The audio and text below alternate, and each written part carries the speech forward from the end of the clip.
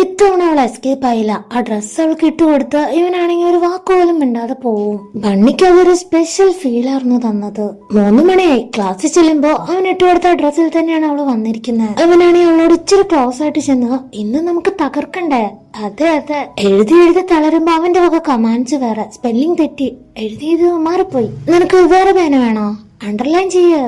കൂടുതൽ അവന്റേതായിട്ടുള്ള അസൈൻമെന്റ് വേറെ. അങ്ങനെ ബോറടിച്ചപ്പോ ആ ഒരു സ്ക്രീനിൽ കണ്ട പടം ഉണ്ടല്ലോ, അത് അവൾ അതുപോലെ തന്നെ വരച്ചു വെക്കും. ഇയാളത് കണ്ട് നീ വരയ്ക്കുമോ, നന്നായിട്ടുണ്ടെന്ന് പറഞ്ഞ ഒരു വിശ്വാസം കൂടെ കൊടുക്കും. ക്ലാസ് അത്യാവശ്യം ബോറായതുകൊണ്ട് ഇയാളാണെങ്കിൽ ക്ലാസ്സിൽ തന്നെ കിടന്ന് ഉറങ്ങി. ഇവള് നോക്കുമ്പോ അവൻ നല്ല ഉറക്കാണ്. ഇവനും വെയിലടിച്ച് അവന്റെ ഐലാഷസ് ഒക്കെ ഉണ്ടല്ലോ, അതൊക്കെ നന്നായിട്ട് തിളങ്ങും. മാത്രല്ല കാറ്റ് കൊണ്ടിട്ട് അവന്റെ ഹെയർ ഉണ്ടല്ലോ ലൈറ്റ് ആയിട്ട് മൂവും ചെയ്യുന്നുണ്ട്. അവന്റെ ഭംഗി ആസ്വദിച്ച് 1 സെക്കൻഡേ ഇരുന്നുള്ളൂ. പെട്ടെന്ന് തന്നെ അവള് നോർമലാവും. വേണ്ട വേണ്ട, ഭംഗിയിലൊന്നും ഒരു കാര്യമില്ല, ഇതിലൊന്നും പോയി വീഴല്ലേ. വേഗം നോട്ട് കംപ്ലീറ്റ് ആക്കി അവന്റെ കൊടുത്തിട്ട് ഞാൻ പോവാ. ആയിക്കോട്ടെ, നമുക്ക് നാളെ കാണാം. ആക്ച്വലി അവന് ഇഷ്ടമാണ് അവളുടെ പ്രസൻസ്, അവളുടെ നോട്ട്സ് എല്ലാം തന്നെ. അപ്പൊ ഫ്രണ്ട്സും, സത്യം പറയടാ, നീ നോട്ട്സിന് വേണ്ടി മാത്രമാണ് അവളോട് കൂട്ടുകൂടുന്നത്. അവനതിന് റിപ്ലൈ ഒന്നും കൊടുക്കാതാവുമ്പോ നടക്കട്ടെ എന്ന് പറഞ്ഞ അവർക്കിടെ വക ടീസിങ് വേറെ. ഈവനിങ് ബണ്ണിയാണെങ്കിൽ കൈയെല്ലാം കുടഞ്ഞ് ആകെ ടയർഡായിട്ട് നടക്കുകയാണ്. ഇനി നാളെ. അവൻ പറയാ നാളെയും കാണണമെന്ന്. ഇപ്പോഴാണ് കയ്യിലിങ്ങനെ പ്ലാസ്റ്റർ എല്ലാം ഇട്ടുകൊണ്ട് പരിക്ക് പറ്റി ബോബി അങ്ങോട്ട് വരുന്നേ. അയ്യോ, ഇതെന്താ കയ്യിൽ കെട്ടൊക്കെ, നിനക്ക് എന്താ പറ്റിയ? വയ്യേ? എനിക്ക് പ്രശ്നമൊന്നുമില്ല, ക്ലാസ്സിൽ ഒരു സ്ക്രിപ്റ്റ് ഉണ്ടായിരുന്നു, അപ്പൊ അതിനു വേണ്ടിയുള്ള പ്രിപ്പറേഷനാ. കൈക്കൊന്നും പറ്റിയില്ല. ദേ നോക്കിക്കേ. ഓ അത് ശരി, ഇത് കണ്ട പക്ഷെ ഒറിജിനൽ പോലെ തന്നെയുണ്ട്. ബോബി ഇപ്പൊ ബണ്ണിയുടെ കയ്യിൽ അത് കൊടുത്തിട്ട് റെസ്റ്റോറന്റ് വരെ പോവാണ്. ആ നേരം അവളെ പ്ലാസ്റ്റർ കയ്യിലൊന്ന് ടച്ച് ആക്കി ഇട്ടൊക്കെ നോക്കും. അത് കയ്യിലിട്ട് 1 സെക്കൻഡ് കഴിഞ്ഞില്ല, അപ്പോഴേക്കും ബാക്കിൽ നിന്ന് ഇയാളുടെ സൗണ്ട്, നിന്റെ കൈ ഒടിഞ്ഞോ? അവൾ അവനെ കണ്ട ഷോക്കിൽ ഒന്നും തന്നെ മിണ്ടുന്നില്ല. ഇന്ന് നിന്നെ കണ്ടപ്പോ കുഴപ്പമില്ലായിരുന്നല്ലോ, പെട്ടെന്ന് എന്താ പറ്റിയ? ഇനി നിനക്ക് നാളെ എനിക്ക് നോട്ട് എഴുതി തരാൻ വരാൻ പറ്റില്ല അല്ലേ? ഐഡിയ മുതലെടുത്തേക്കാന്ന് വിചാരിച്ച് പെട്ടെന്ന് ഇങ്ങനെ പറ്റുമെന്ന് ഞാനും വിചാരിച്ചില്ല. ഇനി ഞാൻ എന്ത് ചെയ്യും? അപ്പൊ ഇവനാണെങ്കിൽ ഭയങ്കര ആശ്വസിപ്പിക്കില്ല. സാരല്ല, നിന്റെ കൈ റെഡി ആവട്ടെ, നോട്ട്സിനേക്കാളും അതല്ല ഇപ്പൊ ഇമ്പോർട്ടൻസ്. ഇയാളങ്ങനെ പറഞ്ഞപ്പോ ഇവൾക്കാണെങ്കിൽ ലോട്ടറി അടിച്ച ഫീലാണ്. എത്ര സന്തോഷമായിരുന്നേ. നെക്സ്റ്റ് ഡേ കോളേജിൽ പെയിന്റിംഗ് വർക്ക്സ് ഉണ്ട്. 2 ഗ്രൂപ്പായിട്ട് തിരിഞ്ഞ മ്യൂറൽ ആർട്സ് ഒക്കെ വരയ്ക്കണം. എല്ലാവരും റെഡി അല്ലേ എന്ന് തുടങ്ങിക്കോളാൻ പറഞ്ഞ ഓർഡർ വരുമ്പോ ബണ്ണിയുടെ കയ്യിൽ പ്ലാസ്റ്റർ ഉണ്ടല്ലോ. അപ്പൊ ഫ്രണ്ട്സ് എല്ലാവരും വന്ന് അവരുടെ ഗ്രൂപ്പിലേക്ക് ഇവളെ വിളിച്ചോണ്ട് പോവാണ്. അതിന് ഇയാള് സമ്മതിക്കോ? അവൻ പോകണ്ടെന്ന് പറയും. നിന്റെ കൈ ഇതുവരെ ശരിയായിട്ടില്ല, നീ എന്റെ കൂടെ നിന്നാ മതി, നിന്റെ വർക്ക് കൂടെ ഞാൻ ചെയ്തോളാം. സാധനങ്ങളൊക്കെ എടുക്കാനും പിടിക്കാനും ഒക്കെ ഉണ്ട്. അപ്പൊ ബണ്ണിനെ കൊണ്ടാണെങ്കിൽ ഇവൻ ഒരു പണി എടുപ്പിക്കില്ല. ഭയങ്കര കെയറിങ് ആണ്. എല്ലാം പറയാതെ തന്നെ അവൻ തന്നെ ചെയ്യും. അവൾക്കും അത്ഭുതം, ഇവനെന്താ പെട്ടെന്ന് ഇങ്ങനെ മാറിയേ. ശരി, പെയിന്റ് അടിക്കാൻ വേണ്ടി ബ്രഷ് എടുത്ത് വാളിലേക്ക് ചെല്ലുമ്പോ അതും അവൻ തട്ടിപ്പറിക്കും. നിനക്ക് സുഖമില്ലാത്തതാ, നീ അടങ്ങി ഒതുങ്ങി അവിടെ എല്ലായിടത്തും ഇരുന്നോണം. ബണ്ണിക്കാണെങ്കിൽ ഇതെല്ലാം കാണുമ്പോ മനസ്സിന് നല്ലൊരു ഗിൽറ്റി ഫീല് തോന്നുകയാണ്. ഇവൻ ഇത്രയ്ക്ക് പാവാണോ? കുറ്റബോധം കാരണം വീണ്ടും ബ്രഷ് എടുത്തോണ്ട് ചെന്നാ അവനത് തട്ടിപ്പറിക്കും. അവളെ പിടിച്ച് വേഗം തന്നെ ഒരു സീറ്റിലിരുത്തും. ഇനി വർക്കെല്ലാം ചെയ്ത് മറ്റേ കൈയോടെ കളയാനാണോ? നീ ഇവിടെ ഇരുന്നാ മതി. അപ്പൊ എന്റെ വർക്കും കൂടെ നീ ഒറ്റയ്ക്ക് ചെയ്യണ്ട, അത് നിനക്ക് ഇരട്ടി പണിയല്ലേ? അതിനെന്താ, നീ എനിക്ക് നോട്ട് എഴുതി തന്നെ സഹായിച്ചില്ലേ, അപ്പൊ നീ അവിടെ തന്നെ ഇരുന്നോ. അവളിപ്പോ അവളുടെ കൈ തന്നെ നോക്കി. ഇനി ഞാനെങ്ങാനും കള്ളം പറഞ്ഞതാണെന്നോ അല്ല ഇവനെ അറിഞ്ഞ ഈ ടൈം തന്നെ ഇവൾ അവളെ നോക്കും. അവളാണെങ്കിൽ നൈസായിട്ടൊരു ചിരിയും ചിരിക്കും. എന്നാലും മനസ്സ് നിറയെ ഭയങ്കര ടെൻഷനാണ്. അങ്ങനെ കുറച്ചു സമയം കഴിയുമ്പോ ഇവളാണെങ്കിൽ പെയിന്റ് എന്തോ എടുക്കാൻ വേണ്ടി തിരിഞ്ഞതാണ്. അവന്റെ കാലൊന്ന് ചെറുതായിട്ട് സ്ലിപ്പാവും. വീഴാൻ പോകുന്നതിന് മുന്നേ തന്നെ ബണ്ണി ഉണ്ടല്ലോ കയ്യിലിപ്പോ പ്ലാസ്റ്റർ ഒക്കെ ഉണ്ടെന്നുള്ള കാര്യമേ ഓർക്കാതെ 2 കൈ കൊണ്ട് ഇവനെ താങ്ങി നിർത്തും. സപ്പോർട്ട് ചെയ്ത് നിർത്തിയപ്പോഴേ അവന് കാര്യം മനസ്സിലായി. നീ ഓക്കെ ആണോ എന്ന് വീണ്ടും ഡൗട്ടായിട്ട് ചോദിക്കുമ്പോ ഇവളാണെങ്കിൽ 2 കൈ നിവർത്തി ആ കാര്യം തന്നെ മറന്നു. എനിക്കൊരു കുഴപ്പമില്ല, ഞാൻ ഓക്കെ എന്ന് പറഞ്ഞും പോയി. പറഞ്ഞു കഴിഞ്ഞതിന് ശേഷമാണ് ഇവൾക്ക് ഓർമ്മ വന്നത്, അയ്യോ കൈ ഇപ്പോ പ്ലാസ്റ്റർ ഇട്ടേക്കാണല്ലോ എന്ന്. ഒരു ആക്ടിങ് ഇറക്കാൻ നോക്കി, പക്ഷേ ഏറ്റില്ല. അപ്പൊ നീ എന്നോട് കള്ളം പറഞ്ഞതാണല്ലേ? നിനക്ക് എന്നെ നോട്ട്സ് ചെയ്ത് തരാൻ വയ്യാത്തോണ്ട് നീ എന്റെ അടുത്ത് കള്ളം പറഞ്ഞു. അല്ലല്ല, അങ്ങനെയൊന്നും വിചാരിച്ച് ഞാൻ അറിഞ്ഞോണ്ടൊന്നും പറഞ്ഞിട്ടില്ല. ഇനിയിപ്പൊ എന്ത് പറഞ്ഞിട്ടും കാര്യമില്ല. ഇയാളാണെങ്കിൽ ഇപ്പൊ എല്ലാ പണിയും അവളെ കൊണ്ട് ഒറ്റയ്ക്ക് എടുപ്പിക്കും. അങ്ങനെയല്ല, ഫാസ്റ്റായി ചെയ്യുക, നന്നായിട്ട് ഉറക്കുക, ശരിക്കും തേക്കുക എന്നൊക്കെ പറഞ്ഞ 8ന്റെ പണി വേറെ. കൈയുടെ കാര്യത്തിൽ നല്ല തീരുമാനമാവാറായി. പെയിൻ കുറയ്ക്കാൻ വേണ്ടി കൈ ഇങ്ങനെ മസാജ് ചെയ്ത് വരുമ്പോഴാണ് നമ്മുടെ ജീവൻ.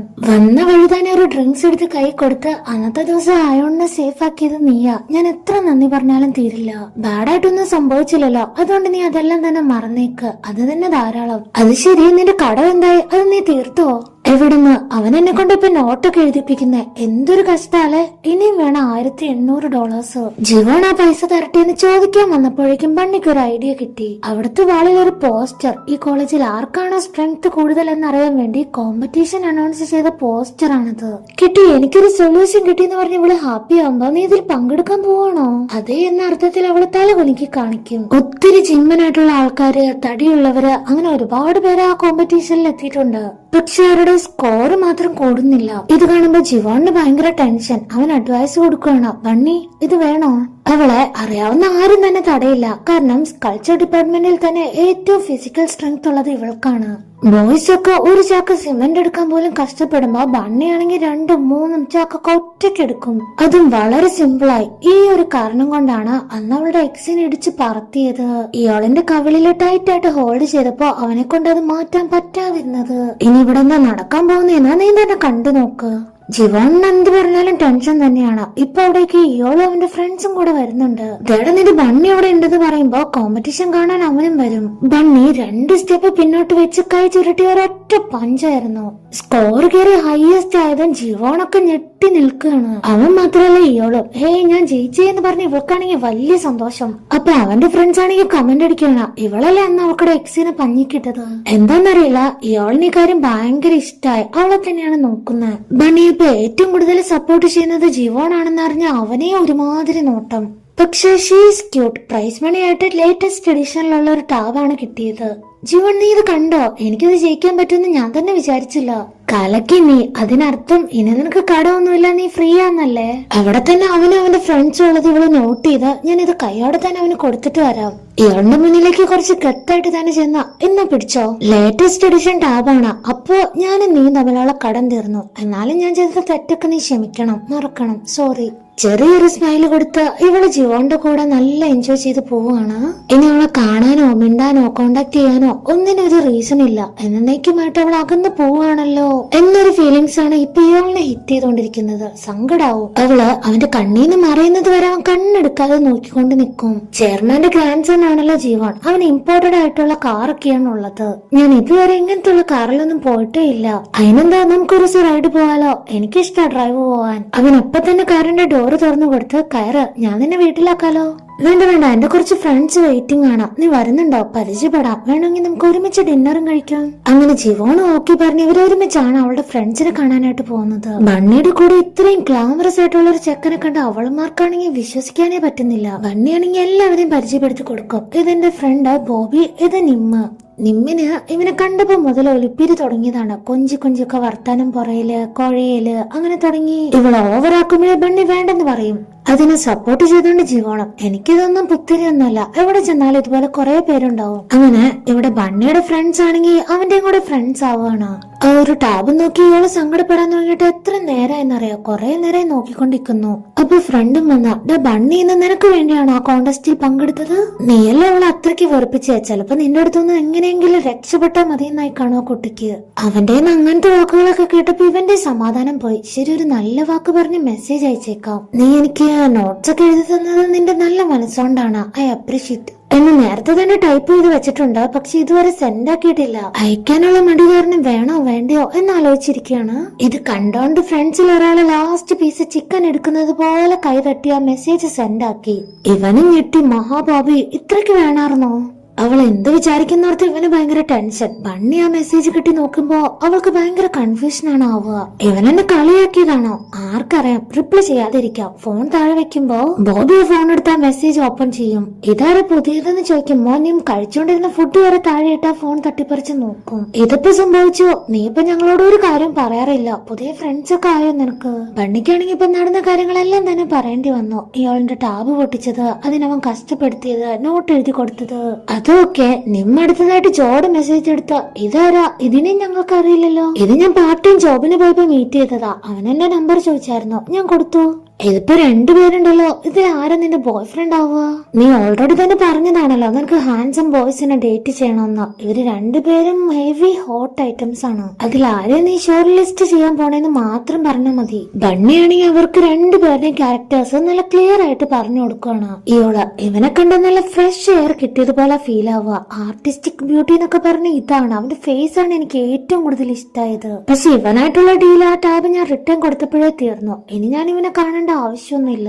മേ ബി കാണാനും പോവില്ലെന്ന് പറയുമ്പോ ജീവൻ ആണെങ്കിൽ അവന്റെ ക്യാരക്ടറും നല്ലതല്ല, ഭയങ്കര റൂഡാണ്. ആണോ? അപ്പൊ ഇവന്റേത് എങ്ങനെയാന്ന് നിമ്മ ചോദിക്കുമ്പോ ഇവനെ കാണുമ്പോ നമുക്കൊരു പ്രസൻസ് ഓഫ് മൈൻഡ് കിട്ടും. അതായത് ഒരു റീഫ്രഷിംഗ് ആണ്. അതായത് ഫ്ലവേഴ്സ് ഒക്കെ ബ്ലൂം ചെയ്യില്ലേ, ആ ഒരു ഫീലാണ് കിട്ടുക. അപ്പോഴും ജീവൻ ഇവളെ ആകെ ഇവനെ ഒരു ടൈം മാത്രമേ മീറ്റ് ചെയ്തിട്ടുള്ളൂ. ആളെന്താ എങ്ങനെയാ എന്നൊന്നും ഇവൾക്കറിയില്ല. അതെ പേരും വയസ്സും മാത്രമേ അറിയൂ. ഈ വെറുപ്പൊക്കെ സ്നേഹമായിട്ട് മാറി എത്രയോ പേരുണ്ട്. അതേപോലെ സ്ട്രേഞ്ചേഴ്സിൽ നിന്നും ലവേഴ്സും ഉണ്ടാവാലോ, ചാൻസ് ഇല്ലേ? ജോൺ അതെല്ലാം കേട്ട് സൈലന്റ് ആയിട്ടിരിക്കുമ്പോ നിമ്മ അവനോട് കമന്റ് ചെയ്യും, നീ ഹാൻഡ്സ് ആണ്, ആര് പറഞ്ഞു നിന്നെ കാണാൻ ലുക്കില്ലെന്ന്? ഇവളെ ടാബിന്റെ ബോക്സ് ഒന്നും ഓപ്പൺ ചെയ്തിട്ട് പോലുമില്ല. ഞാൻ അവളോട് അത്രയ്ക്ക് ക്രൂവലായിരുന്നോ?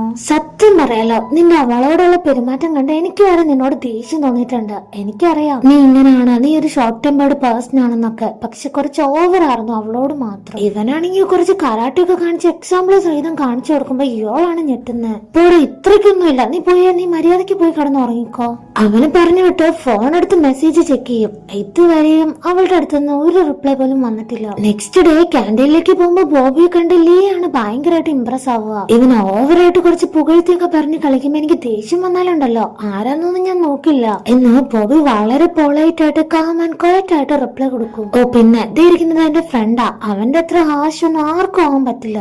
അവനാരെ മുതൽ എന്നൊക്കെ അറിയാമെന്ന് ഇവനിങ്ങനെ ചോദിച്ചുകൊണ്ടിരിക്കുമ്പോ ഇയാളാണെങ്കിൽ ഇപ്പോഴും ആ മെസ്സേജിന് റിപ്ലൈ വരുമോന്ന് ഇങ്ങനെ നോക്കിക്കൊണ്ടിരിക്കുകയാണ്. സെയിം ടൈം തന്നെ ബണ്ണി അങ്ങോട്ട് വരും. ബോബിക്കായിട്ട് ഒരു ബോക്സ് നിറയെ ചോക്ലേറ്റ് ആയിട്ടാണ് വന്നിരിക്കുന്നത്. അപ്പൊ അവന്റെ ഫേസ് കണ്ട് അവന്റെ സാഡ്നെസ് ഒക്കെ മാറി കണ്ണൊക്കെ ശരിക്കും വിടർന്നു. ബോബി നിനക്ക് വേണ്ടി അപ്പൊ കുറച്ച് സ്നാക്സ് ഒക്കെ തന്നിട്ടുണ്ട്, നിം വരുമ്പോ അവൾക്കും കൂടെ കൊടുത്തേരെ. അവൾ അത്രയ്ക്കും സന്തോഷത്തോടെയാണ് സംസാരിക്കുന്നത്. അപ്പൊ ബോബി ഇന്നത്തെ ദിവസത്തേക്ക് എന്തെങ്കിലും പ്രത്യേകത ഉണ്ടോന്ന് ചോദിക്കുമ്പോ ഉണ്ടല്ലോ, ഞാൻ പറഞ്ഞിട്ടില്ലേ ഒരു ആർട്ടിസ്റ്റ് ജെയിനെ കുറിച്ച്.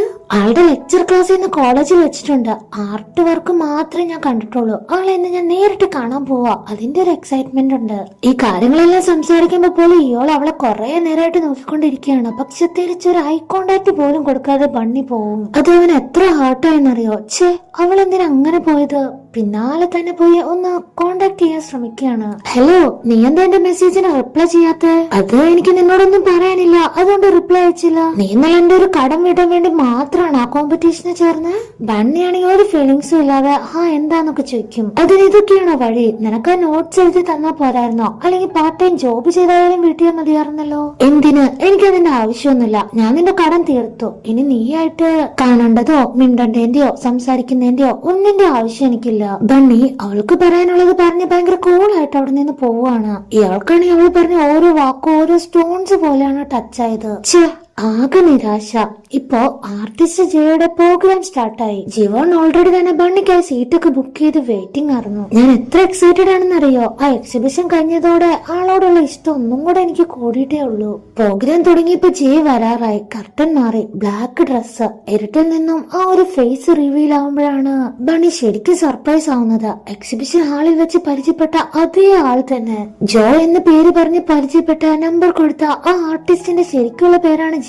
അവൾ എത്രയ്ക്ക് സർപ്രൈസ് ആയി അവളുടെ ഫേസ് കണ്ടാലേ അറിയാൻ പറ്റും. കട്ട് ചെയ്ത ഇയാള് അവന് ക്ലാസ്സിൽ ഇരുന്നിട്ട് ഒരു സമാധാനം പോലും ഇല്ല. കുറച്ചു ദിവസമായിട്ട് ബണ്ണി അവന്റെ കൂടെ എപ്പോഴും ഉണ്ടായിരുന്നല്ലോ. അതുകൊണ്ട് ഇപ്പൊ ക്ലാസ്സിൽ എവിടെ നോക്കിയാലും അവളെ പോലെ തോന്നുവാണ്. ഛേ, എന്ത് ഇറിറ്റേറ്റിംഗ് ആണ്. അവൾ എന്തിനാ ഇനി എന്നെ കാണണ്ടെന്ന് പറഞ്ഞ് തൊട്ടടുത്ത് അവൾ ഇരിക്കുന്നത് പോലെ ഒരു ഫീല് വന്ന് തിരിഞ്ഞു നോക്കിയാ അത് അവന്റെ ഫ്രണ്ട്. ഇനി ആ സ്ക്രീനിൽ നോക്കിയാലുണ്ടല്ലോ അതിലും അവളാണ്. കൊറേ നേരമായി എന്തൊക്കെയോ ഫീലിങ്സ് വന്ന് ലാസ്റ്റ് അവൻ കലിപ്പായി ക്ലാസ്സിൽ നിന്ന് എഴുന്നേറ്റ് പോവും. കാര്യമായിട്ട് എന്തൊക്കെയോ ആലോചിച്ച് കൂട്ടുന്നുണ്ട്. എന്നിട്ട് തീരുമാനം എടുത്തു അവളെ കാണണം, കാണാതെ പറ്റില്ല. ബണ്ണി ഇപ്പൊ ലെക്ചർ ക്ലാസ് എല്ലാം കഴിഞ്ഞ് ജെ ആയിട്ട് സംസാരിച്ചു വരികയാണ്. കൂടെ ജീവനും ഉണ്ട്. ഞാനാണ് നിന്റെ ഫേവറേറ്റ് ആർട്ടിസ്റ്റ് ജെ എന്ന് ഞാൻ മനഃപൂർവ്വം പറയാതിരുന്നതാ, നിനക്കൊരു സർപ്രൈസ് തരാൻ. എന്ത് ഞാനങ്ങനെ പറഞ്ഞുകൊണ്ട് നിനക്ക് വിഷമായെന്ന് ചോദിക്കുമ്പോ ഞാൻ എത്ര ഇംപ്രസ് ആയിന്നറിയോ? എനിക്ക് നിന്നെ ആദ്യം കണ്ടപ്പോഴേ നമ്മൾ തമ്മിൽ ഒരു കണക്ഷൻ ഫീൽ ചെയ്തായിരുന്നു. ശരിക്കും എനിക്കിപ്പോ തോന്നുന്നുണ്ട് നമ്മൾ കുറച്ചും കൂടെ ക്ലോസ് ആയിന്ന്. അവിടുത്തെ ചെടികളിലൊക്കെ ഇപ്പൊ നിറയെ പൂക്കൾ കൊഴിയുന്ന സമയമാണ്. അതിലൊരു പെറ്റൽസ് വന്ന ഇവളുടെ